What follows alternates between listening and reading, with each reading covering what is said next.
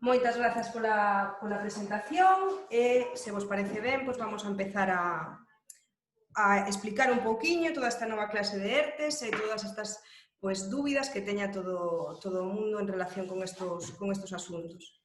Entonces, vamos a compartir a pantalla, un segundinho. Simplemente recordar que teñen a súa disposición o apartado de preguntas e respostas que poden ver na súa pantalla e trasladan a través desa ferramenta calquera dúbida e en canto remate a presentación de Laura Prado intentaremos darlles resposta a calquera cuestión e, por suposto, se lles plantexa algunha dúbida en relación á presentación que imos ver. Sen máis, Laura, cando queiras. Pois moitas grazas de novo.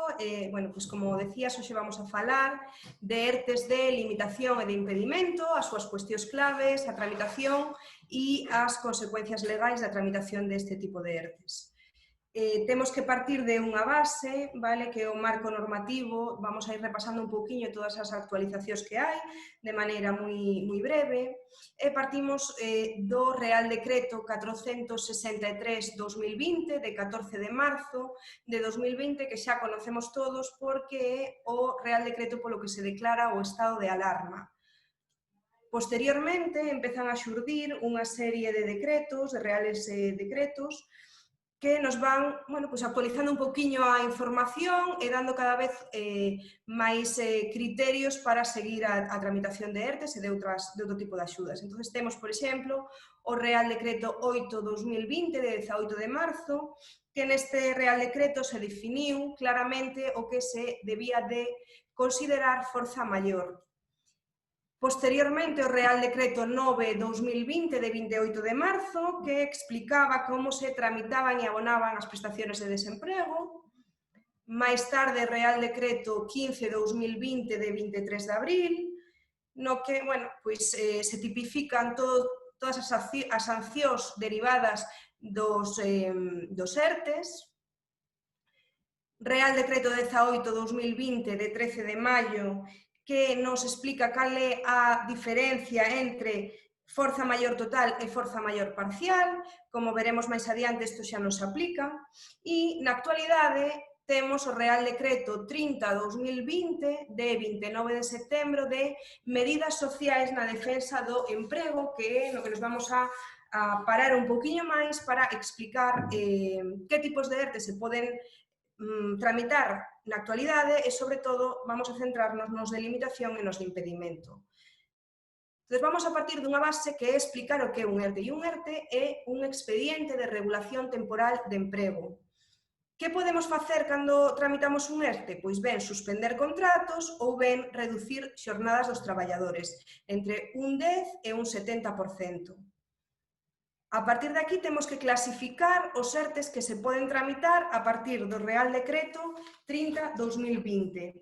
E temos uns cuantos. Temos, por un lado, o ERTE de forza maior, que xa aparecía no artigo 22 do Real Decreto 8/2020, e se entenden prorrogados automáticamente ata o 31 de xaneiro de 2021 se non se renunciaron expresamente.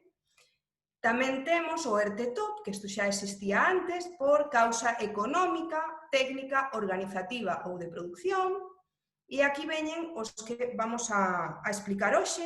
O ERTE por impedimento, que se dá no caso de empresas e actividades que vexan impedido en todo ou en parte o desenvolvemento da súa actividade como consecuencia de novas restriccións ou medidas de contención sanitaria adoptadas a partir de o 1 de outubro de 2020 por autoridades españolas ou estranxeiras. É moi importante ver a data, vale? Teñen que ser a partir do 1 de outubro de 2020. Neste tipo de ERTE tamén poderíamos incluir o que antes chamábamos ERTE de rebrote, que agora xa non existe e o poderíamos enfocar por un ERTE de impedimento. Temos o ERTE de limitación para empresas e actividades que non vexan impedida, pero sí limitada en todo ou en parte o desenvolvemento normalizado da súa actividade a consecuencia de decisións ou medidas adoptadas polas autoridades, en este caso, españolas ou da comunidade autónoma ou do concello que no que nos encontremos, ou se encontra a actividade da nosa empresa.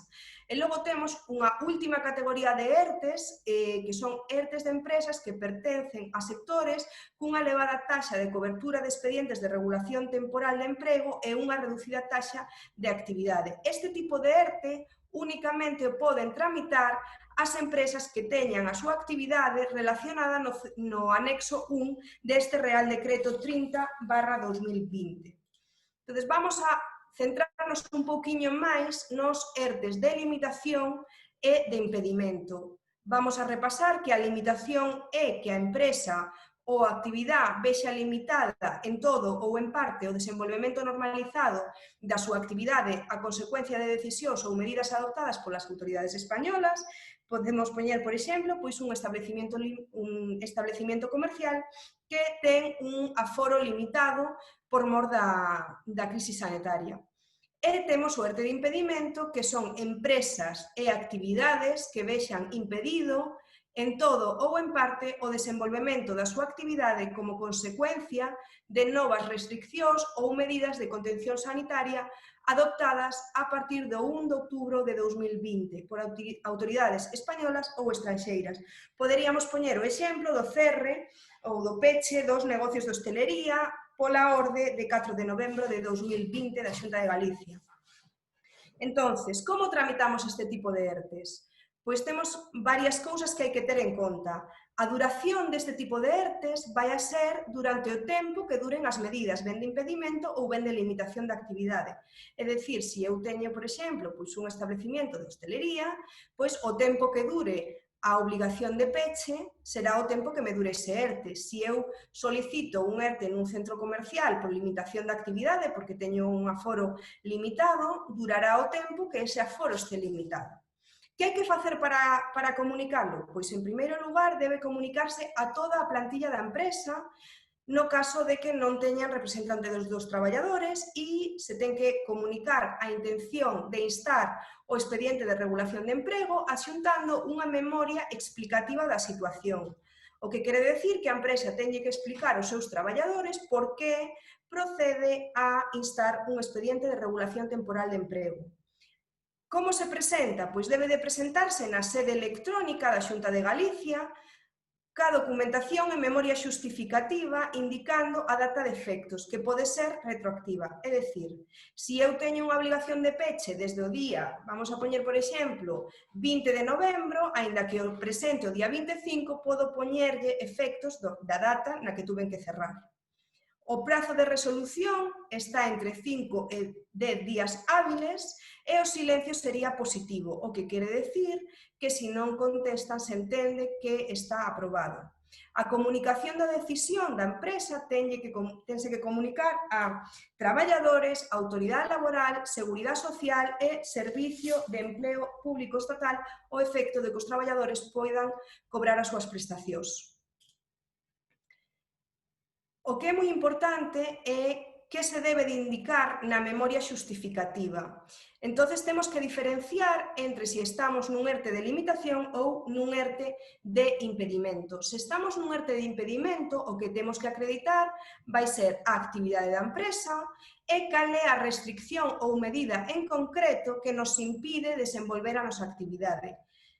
En outro caso, se estamos ante un ERTE de limitación, o que teremos que acreditar pois será a actividade da empresa, cal é a medida ou a restricción que limita o desenvolvemento da nosa actividade, pois se, por exemplo, vamos a facer unha limitación, vamos a decir que está limitado o aforo, teremos que explicar canto era o aforo anterior, cantos metros ten o meu local, canta xente podía estar dentro e canta xente pode estar agora a raíz de todas estas limitacións. Vale, pois o mesmo pasa cos horarios e con todas estas medidas. Temos que explicalas moi ben para que a autoridade laboral considere que a empresa está ante unha destas situacións. Vamos a repasar un pouquiño que neste tipo de ERTES, se non existe un representante legal dos traballadores, habería que comunicar a todos os traballadores da plantilla, con independencia de que esteñan ou non afectados, a todos, vale calquer medio, se están flexibilizando un poquinho as opcións, e vale calquer medio, poderíamos mandar un email, pero temos que ter unha justificación de que realmente se está comunicando a toda a plantilla ou ben os representantes dos traballadores en caso de existir. A resolución do ERTE, a resolución que nos vai chegar da autoridade laboral que corresponda, non autoriza por sí mesma a suspensión ou reducción de xornadas dun traballador en concreto. Únicamente constata que o negocio se encontra ante esa limitación ou ben ese impedimento. Por eso existe a obligación de comunicar aos traballadores afectados a medida que se lles vai aplicar a eles mesmos. O ERTE, é importante tamén saber que pode afectar a unha parte da actividade sin necesidade de que afecte a toda a empresa. E, finalmente, que se a miña empresa ten dúas liñas de negocio, podería presentarse un ERTE por unha delas e non pola outra. Podemos repasar un pouquiño tamén o tipo de exoneracións que, antes de falar das obrigas empresariais, o tipo de exoneracións que se encontran actualmente en vigor para este tipo de ERTEs, e teríamos que, no caso de impedimento, mentras este dure, as empresas de menos de 50 traballadores terán unha exoneración do 100% das cuotas empresariais e as empresas de 50 ou máis traballadores dun 90%. No caso de que nos encontremos ante un ERTE de limitación, teremos que distinguir tamén entre se son de máis de 50 traballadores ou de menos e entre os diferentes meses, de maneira que nos encontramos con que menos de 50 traballadores no mes de outubro tendrían un 100%, novembro un 90%, decembro 85% e xaneiro o 80%. E no caso de 50 ou máis traballadores nos encontraríamos con outubro 90, novembro 80, decembro 75 e xaneiro de 2021 o 70%. Podemos agora sí pasar á explicación de cales son as obrigas empresariais derivadas da tramitación dun ERTE, que en principio podemos resumir en dúas. A primeira delas, o non reparto de dividendos, e a segunda e a máis importante, o mantemento de emprego, que sempre xenera moitas dúbidas, e intentaremos explicar.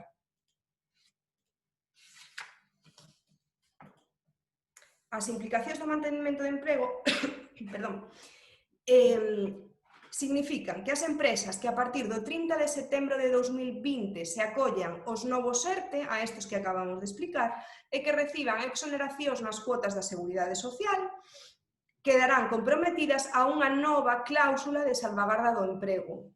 Se a empresa estiver afectada xa por un compromiso de mantemento de emprego anterior previamente adquirido por outro ERTE, é dicir, polos ERTEs do mes de marzo, o inicio do novo período de 6 meses se vai producir cando finalice o mantemento de emprego anterior. E hai un segundo apartado que son moi importante, as consecuencias do incumprimento. As consecuencias son a devolución da totalidade das exoneracións aplicadas con recargo e intereses e previa á actuación da Inspección de Traballo que acreditará o incumprimento e determinará as cantidades a ingresar.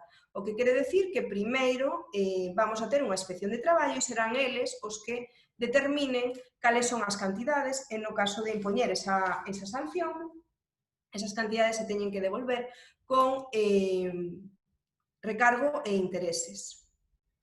Ese mantemento de emprego hai que considerar que non se entende incumprido por unha serie de circunstancias, entre as que temos o despido disciplinario declarado procedente, o que quere decir a máxima sanción do dereito laboral, a máxima sanción disciplinaria que pode impoñer a empresa, a dimisión, morte, xubilación ou recoñecemento de incapacidade ao traballador, que non o empresario, os contratos temporais ou de interinidade, cando se extingan por expiración do tempo convido ou pola realización da obra ou servicio constitúa o seu obxecto, ou cando non se poidan realizar de forma inmediata a actividade da contratación.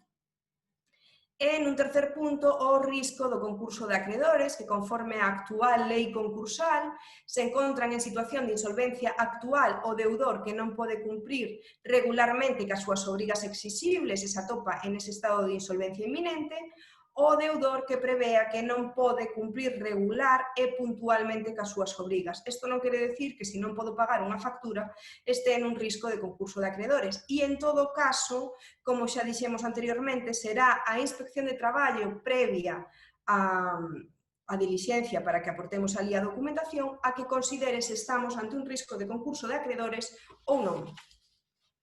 Sobre a finalización dos contratos, temos que falar de diversas limitacións, entre as que temos que destacar. Unha primeira que están prohibidos os despidos e extincións con causa económica derivada da COVID, dende o 28 de marzo de 2020 ata o 31 de xaneiro de 2020. Cal é a consecuencia deste incumplimento? Pois ou ben a improcedencia do despido ou ben a nulidade.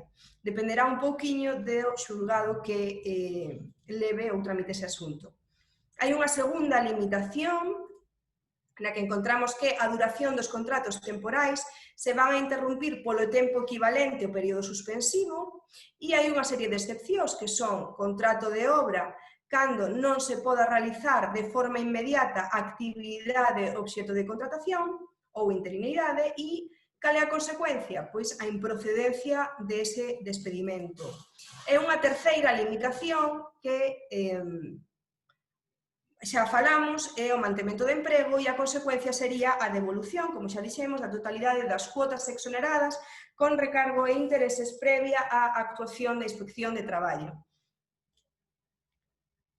Hai que ter en conta unha serie de cousas na protección do desemprego. No primeiro punto temos que nos novos ERTEs vai ser de aplicación aos traballadores o recoñecemento da prestación contributiva por desemprego, aínda que carezan do período mínimo de cotización exixido, que a prestación do desemprego vai ser do 70% da base reguladora e que o contador está a cero, o que quere decir que se mantén hasta o 30 de setembro de 2020 aínda que non computarán as prestacións consumidas dende esa data para aqueles traballadores que antes do 1 de xaneiro de 2022 accedan a prestacións por desemprego por fin de contrato de duración determinada, por despido ou por outras causas. Podemos falar ahora un poquinho desas dúbidas que se nos fan frecuentemente os afectados por un ERTE a fin de clarificar un poquinho a situación. Moitas veces nos preguntan se teñen que tramitar os propios traballadores as súas prestacións por desemprego, como se facía habitualmente. En este caso, actualmente, e por mor da pandemia, non están obrigados, a empresa está obrigada a tramitar as súas prestacións sempre que estemos ante un ERTE. Vale, poden realizarse horas extraordinarias? Tampouco se permiten, o Real Decreto 30/2020 os proíbe expresamente. As empresas que esteñan a aplicar un ERTE, pode a empresa externalizar parte das súas actividades? A realidade é que tamén está prohibido. E, por outra banda, tamén temos algunha que outra pregunta, como se poden as empresas contratar a novo persoal mentras se manteñen traballadores dun ERTE, e isto con carácter xeral non se poden realizar novas contratacións, nin de forma directa, é dicir, directamente por parte da empresa, nin de forma indirecta a través do que podería ser unha empresa de traballo temporal. Pero sí que encontramos algunhas excepcións. Por exemplo, cando os traballadores da empresa non poidan, por formación, capacitación ou outras razóns obxectivas e xustificadas, desenvolver as novas funcións encomendadas. E unha última pregunta que tamén nos fan moitas veces, que é se poden os traballadores afectados por un ERTE acceder á formación para o emprego. Sí que poden, e de feito estes traballadores teñen que saber que ao estar afectados por un ERTE, ben seña de suspensión ou ben de reducción, son considerados un colectivo prioritario para o acceso á iniciativa de formación para o emprego. Co cual, pois sí que poderían acceder a esa formación para o emprego. E isto sería un pouquiño o resumo destas novas medidas e a forma de tramitación deste tipo de ERTE. Se quedo, pues un pouquiño á espera das vosas preguntas para ver se podemos clarificar algo. Laura Prado, que forma parte do ámbito de persoas do programa IGAPE Responde. Grazas pola presentación. Imos revisar o apartado de preguntas e respostas que nos chegan algunhas consultas. Por exemplo, nos novos ERTEs, o SEPE está denegando a prestación por desemprego a aqueles traballadores que non reúnen os requisitos de carencia para acceder ás prestacións e subsidios. Nestes casos, a empresa pode aplicar as bonificacións polo tempo non traballado nun ERTE de reducción de xornada? A ver, as bonificacións da Seguridade Social podeas ter, se ten un ERTE de limitación ou un ERTE de impedimento, non sei exactamente que tipo de ERTE está tramitando, sí que as pode ter. E se os traballadores estaban en activo na empresa e de repente están nese novo ERTE, en principio non terían por que denegar esa prestación, debería de verse a resolución exactamente para ver un pouquiño que é o que alega a administración. O que sí que, non sei se, a ver, non é a mesma pregunta. Pero bueno, deberíamos de ver un pouquiño esa resolución para saber exactamente, bueno, conocer un pouquiño o caso en concreto. Sí, nos convidamos a aquelas persoas que teñan dúbidas e que queiran profundizar con máis detalle no seu caso, que se dirixan á páxina web responde.igape.es, no menú superior verán a palabra solicitar, pinchan aí, cubren os seus datos, danlle a enviar e recibirán a chamada dunha persoa experta que lles vai asesorar neste ámbito concreto de persoas. Polo tanto, animámolos a que soliciten ese apoio que é gratuito. Lembramos, o programa IGAPE Responde é un asesoramento gratuito para axudar a comerciantes, autónomos e PEMES neste contexto excepcional provocado pola pandemia. Esa nova pregunta que nos chegaba di si é necesario enviar o certificado de empresa dos últimos 6 meses dos traballadores afectados por ERTE á Seguridade Social tras a aceptación do ERTE por parte da Inspección Laboral. Sí, sí que é necesario. De feito, pois se ten que tramitar, a empresa ten que tramitar as prestacións de desemprego e entre as cousas que se solicitan son o certificado de empresa para que poidan tramitar e calcular cal é a base reguladora dese ERTE, desas prestacións, vaya. Hai unha persoa que nos pregunta se hai posibilidade de ter un resumo da ponencia. Todas as persoas que están inscritas neste evento virtual e, polo tanto, que están asistindo ao webinario van recibir ao longo das próximas horas un novo correo electrónico no que lles imos facilitar a presentación que acaba de realizar Laura Prado e, ademais, o acceso directo a este vídeo que vai estar publicado nas próximas horas na canle de YouTube de IGAPE Responde.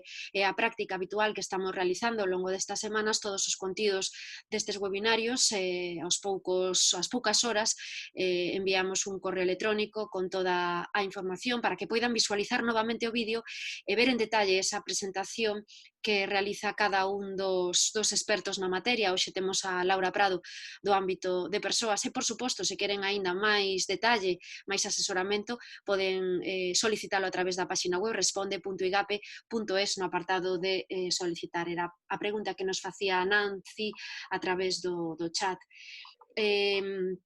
Temos varias preguntas dunha mesma persoa, vimos intentar darlle resposta, vamos a ir paso a paso. Dinos, poden coexistir os ERTEs prorrogados forza maior e ERTE por impedimento de limitación, Laura? Poden coexistir durante o tempo que dure o impedimento e a limitación. De feito, a propia Xunta de Galicia mandou unhas instruccións un poquinho orientadas sobre todo ao tema da hostelería, pero sí que poderían coexistir. O que pasa é que non se podería renunciar a ningún deles. Vale, porque o que fixo foi renunciar ao anterior, o ERTE de forza maior. Non, na solicitude debería de deixarse claro un poquinho a situación.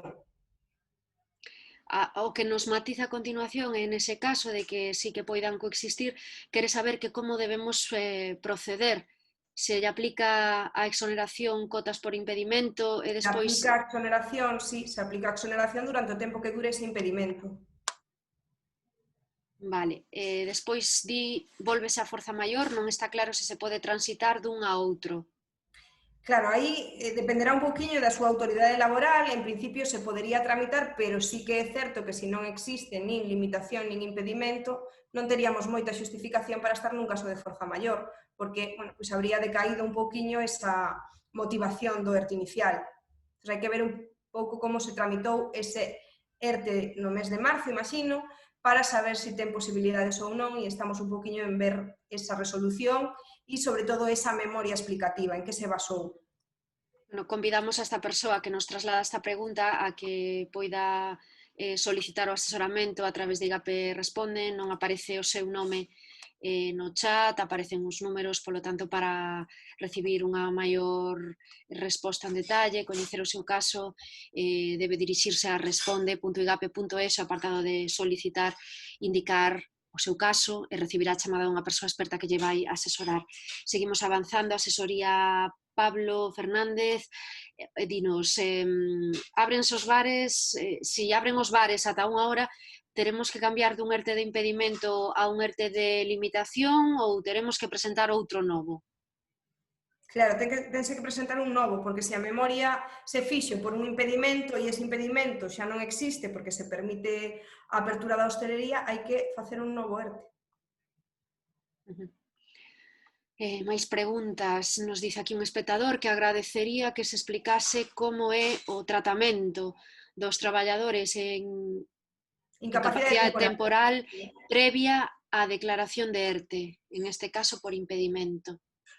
Vale, pois ben, neste caso o que temos que saber é que se o traballador está previamente nunha situación de incapacidade temporal antes de que se dera esta causa de impedimento, non pode estar incluído no ERTE porque non está traballando, pero que sí que eu aconsello facer sería comunicarlle a ese traballador e ademais a autoridade laboral xustificando toda na memoria que actualmente se encontra nunha situación de incapacidade temporal e que se reincorporaría a ese ERTE no caso de que se proceda a súa alta médica antes de que finalice a causa de impedimento.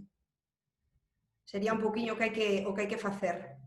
No momento en que lle deran esa alta médica, no caso de ter aprobado o ERTE, deberíamos de volver a comunicar que este traballador é alta médica e que, polo tanto, se incorpora a ese ERTE para efectos de cobrar esas prestacións. Máis cousas, Laura. Se xa presentei un ERTE por limitación, podería presentar un novo ERTE por limitación afectando a outros traballadores? Sí, pero tería que presentar efectivamente un novo ERTE. Vale? Os ERTEs únicamente vinculan os traballadores que se designan nese anexo número 2 que aparece no formulario da Xunta. Hai un apartado no que se teñen que indicar exactamente que traballadores están afectados polas medidas. Entón, se nos deixamos algún sen afectar no seu momento, o que tenemos que facer agora será aplicar un novo incluindo a todos esos traballadores que queremos que esteñan afectados. Máis cuestións. Belén nos pregunta, cando o contrato é temporal, estuvo en ERTE 3 meses, coa reincorporación ao 100%, enténdese que estuvo suspendido o contrato 3 meses e que terá aínda 3 meses máis de contrato. A duda xúrdeme se esa persoa volve a enviarse a un ERTE de reducción de xornada, se volve a suspenderse o contrato ou non. Os contratos temporales únicamente se suspenden se estamos a falar de unha suspensión. Se estamos a falar dunha reducción, non. Entonces, se ele estuvo en unha suspensión durante 3 meses, os 3 meses ten que volver a facelos, a traballalos, pero se ten unha reducción de xornada xa se considerarían efeitos. Matízanos aquí Belén que a empresa estivo en ERTE de forza maior e que se prorrogou ata o 31 de xaneiro do ano 21. Bueno, entendemos que a resposta... Claro, entón, pois, se hasta o 31 de xaneiro do ano 21 está co contrato suspendido, de aquí a ali ainda poden desafectar, pero bueno, se está suspendido, a partir dese momento tería que devolver eses 3 meses. Moi ben, pois recordamos que se queren profundizar nos casos particulares, convidámolos a que soliciten o asesoramento gratuito de IGAPE Responde neste ámbito concreto de persoas. Que hai que facer?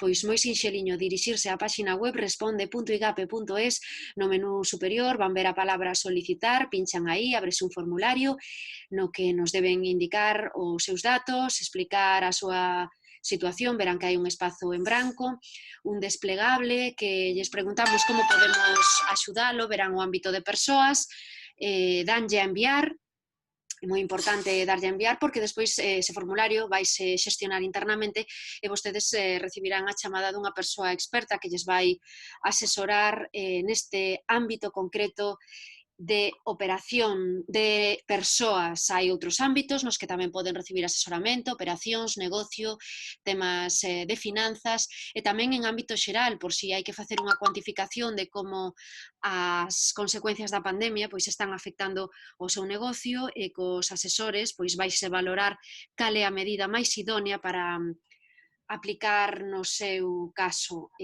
Temos máis preguntas que nos chegan, Laura, a través do chat. A nosa empresa presentou un ERTE por forza maior en marzo. A medida que pois, se foi desconfinando o país, desafectamos a todos os traballadores, pero un deles en ERTE pasou a unha situación de incapacidade temporal. En que situación queda o ERTE ao estar só un único traballador nel, pero que sigue con incapacidade temporal? Neste caso, tramitamos a prórroga a pesar de estar en situación de incapacidade temporal. Claro, efectivamente, se pode ter a ese traballador nese ERTE. O que non sei moi ben, imagino que ese traballador se incorporou ao traballo, traballou un tempo efectivo e despois pasou a unha situación de incapacidade temporal.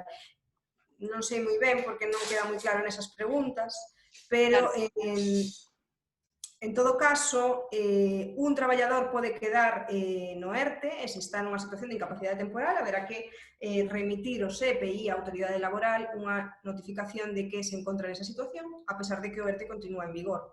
E cando termine esa situación de incapacidade temporal, pois a empresa poderá decidir si continúa esa situación pola que se deu o ERTE ou non, e poderá afectalo ou non, desafectalo, perdón, ou non. María Eugenia nos pregunta como se cambia dun ERTE por impedimento a un ERTE por limitación. De un ERTE por impedimento a un ERTE por limitación, en principio, o ERTE por impedimento vai a estar en vigor durante o tempo que duren esos impedimentos. A partir de que acabe o impedimento, nos quedamos sin ERTE. De maneira que, para pasar ou para transitar a un ERTE de limitación, deberíamos de facer un novo, explicando pois, que agora, o que antes era un impedimento, agora se converteu nunha limitación para a empresa, pois, por exemplo, por aforo, por horario, poquinho que todos xa vimos comentando. Unha dúbida máis, cun ERTE de impedimento aprobado pola Autoridade Laboral, comunicado aos traballadores, presentadas as solicitudes colectivas no SEPE, presentadas declaración responsable na Seguridade Social, cal é a forma de comunicar á Autoridade Laboral a decisión de suspensión de contrato? En principio, a Autoridade Laboral, cando se lle fai o modelo de solicitudes, xa se lles indica que traballadores van a estar afectados por que medidas. De feito, é bastante recomendable que, a parte do modelo, se faga constar isto no anexo, na memoria xustificativa. Se non se fixo e se quere comunicar á Autoridade Laboral, pois se podería remitir un escrito dicindo que, unha vez que está aprobado, que a empresa adoptou a decisión de afectar por suspensión a eses traballadores. Pero xa digo que probablemente que revisen esa solicitude, porque probablemente na solicitude inicial xa se fixo constar esa información.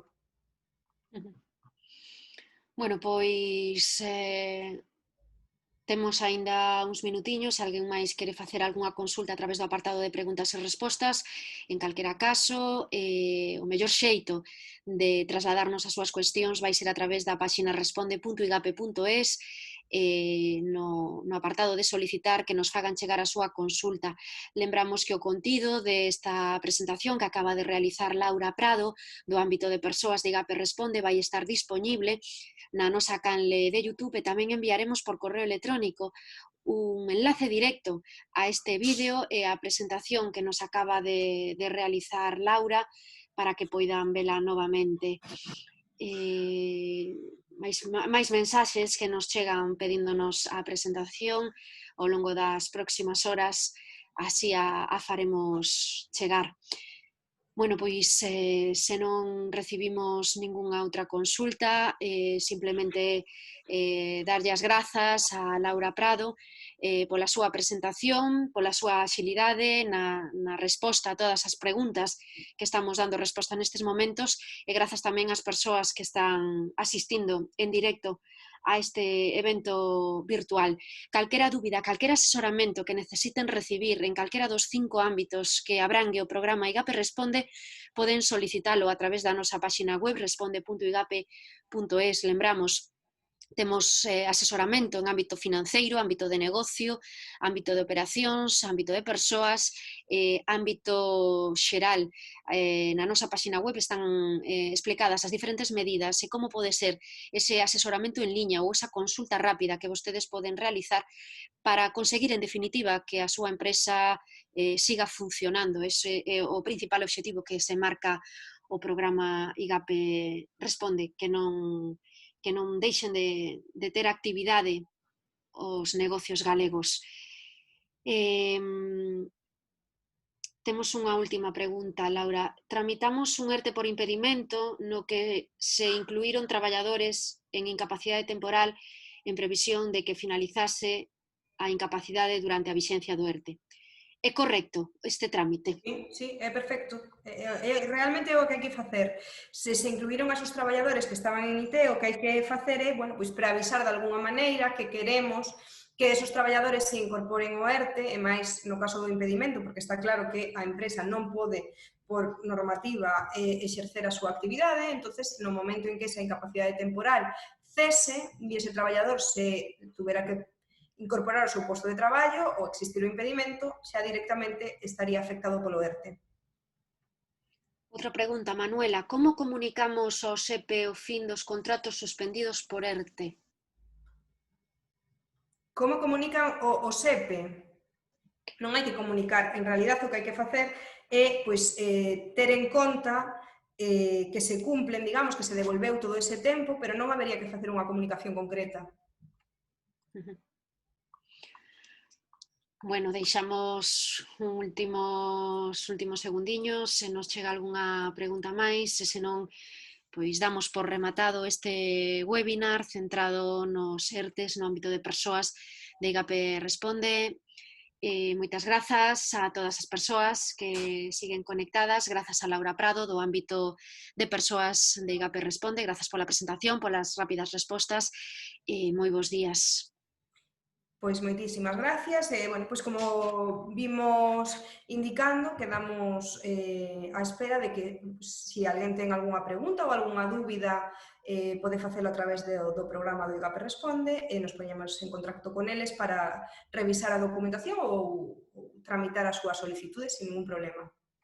Moi ben, aí en pantalla os datos de contacto e poden localizarnos e trasladarnos as súas dúbidas para axudarlles a que o seu negocio se manteña activo.